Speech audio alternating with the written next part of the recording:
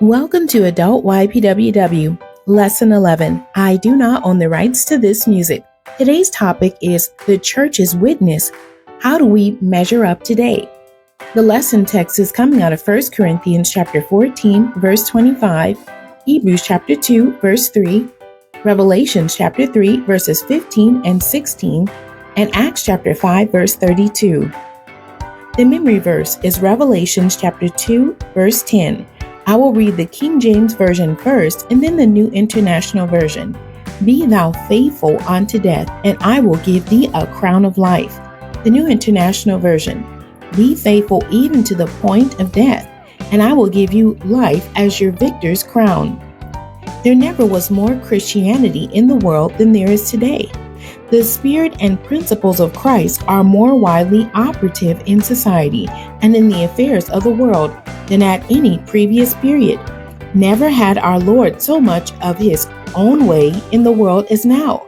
And those who can read the signs of the times see that he is winning new triumphs every day. Yet we have to put the present condition of the church by the side of this fact. Is she, to a large extent, forsaken by the people?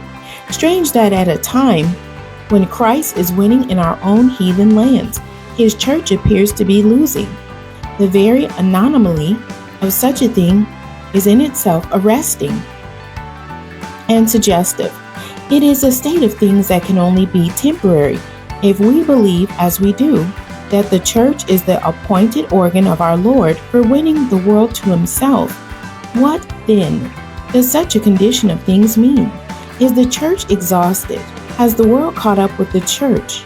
In points of goodness, purity, honor, reverence, and enthusiasm, has she been overtaken and, in some cases, surpassed by her pupil? Has she ceased to be first except in name and by virtue of ancient authority? Number 1. How does the church stand in the matter of experience? Has she a secret that is all her own, and the thought of which begets a hunger and a longing in the hearts of men? Does she carry with her a vivid consciousness of God quite in advance of the experience of right living people outside? In the early days of the church, her united membership had a distinct witness to bear and a story to tell. God was to her what he was not to the world. Men felt this and listened with all expectation to the message. The Christian community was clearly in advance of society and had a previous secret experience of God as a God of forgiveness, peace, and comfort. But how is it now? True, the modern church is the custodian of the old gospel, which does not alter with changing times. However, the vital message of the church to any particular age is not the gospel in its wholeness, but only so much of it as has been verified in experience.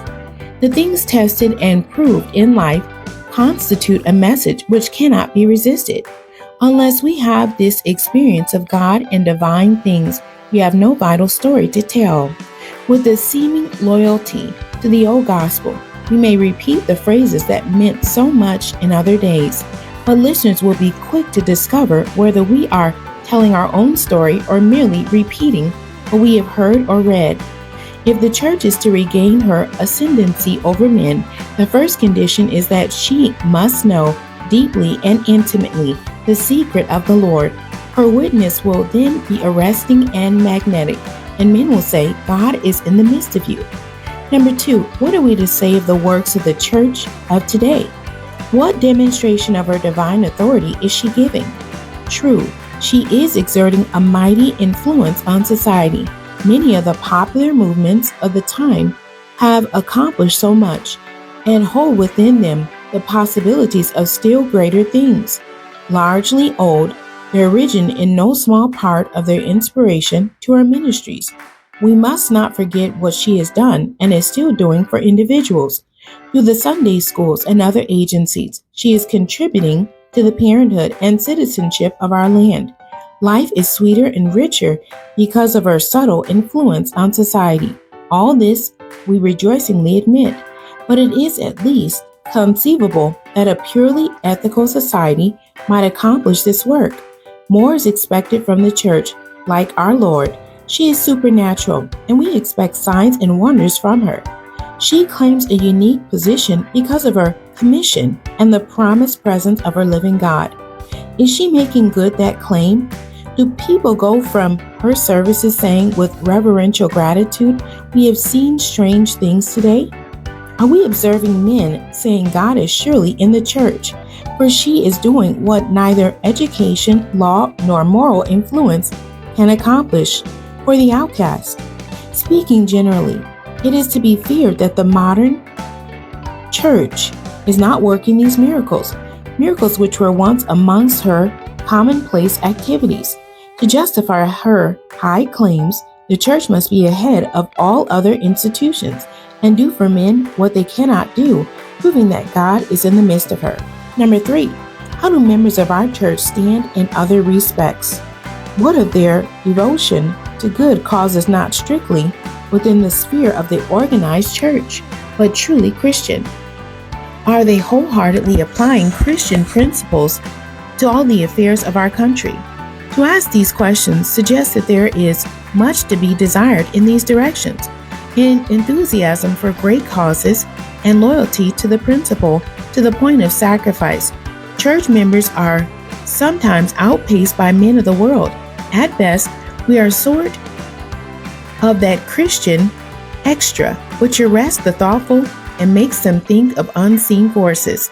For example, the story is told of when the Turks were besieging Constantinople in the 15th century, and the Christian garrison was hard pressed.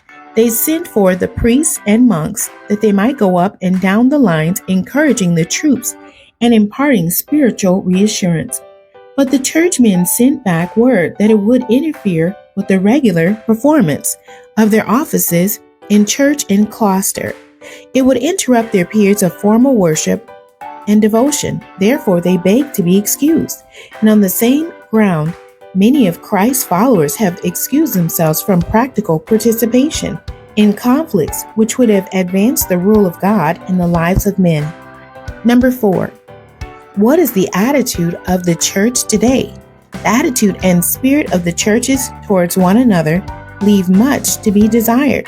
Though a great advancement has been made in recent years, much of the narrowness and bitterness of an earlier time is now a thing of the past. But there is still enough jealousy, rivalry, arrogance, and needless competition to perplex the thoughtful outsider.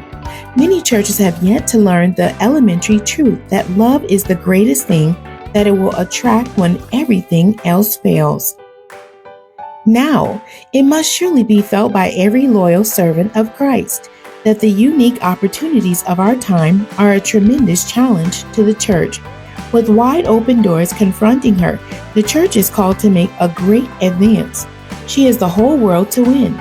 She ought to be carrying the flag into every land. She ought to be rallying all her forces. She should be filled with a divine discontent with things as they are, and count all that has been already done as but the beginning of greater things. She ought to be straining her resources to the uttermost and pouring wave after wave of eager volunteers into the far-flung battle line. It is impossible to think of the people standing aloof from a truly Christian church.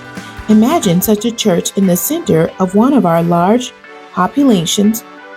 She carries a power that is not of earth, a power that uplifts and transforms the worst and most degraded. The life of her members embodies the high ethical principles of the Sermon on the Mount and the pity, patience, and forgiveness that were in the heart of Christ. Such a church would get a hunger for God and divine things.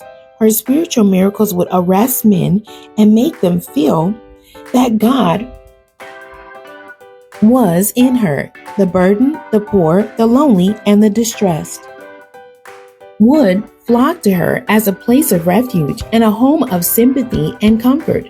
The Lord Christ still has his ancient power of attraction, and if he has manifested in the experience, the works, and the character of his followers, men will begin again to worship and to say, "God is among you indeed. How shall we escape?" says the apostle. if we neglect so great salvation, and it may well be said, how shall the church of this generation escape the just judgment of God if, in this critical time, so great an opportunity be let slip? The questions for today's lesson. Number 1, list the 4 ways the church is evaluated in today's lesson. Number 2, how does your local church measure up as a witness? The end. God bless you, and thank you for joining me today.